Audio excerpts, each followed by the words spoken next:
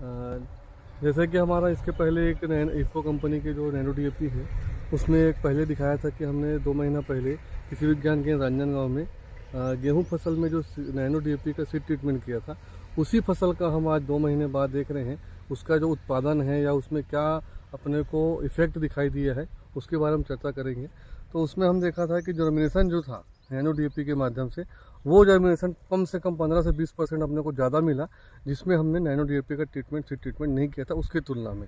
उसके साथ साथ हमने देखा कि जो गेहूं की फसल यहाँ हमारे पास सामने दिख रही है, उस गेहूं में जो ब्रांचेस है, टिलरिंग बोलते हैं जैसे गेहूं के अपन बीट में, वो टिलरिंग की संख्या जो सिंगल सीड में एक होती है, वो कम से कम 3 से 4 अपने को टिलरिंग दिखाई दी है। जिसके माध्यम से उसके लिए हमने एसिड ट्रीटमेंट के अलावा 30 दिन बाद, मतलब 1 से 1.5 महीना बाद हमने फोलियर स्प्रे भी किया था। उससे हमारा जो टिलरिंग है वो अच्छा हुआ है। उसके साथ साथ जो हमारी जो ग्रेन बाली है, बाली का साइज भी हमको कम से कम 3 से 4 इंच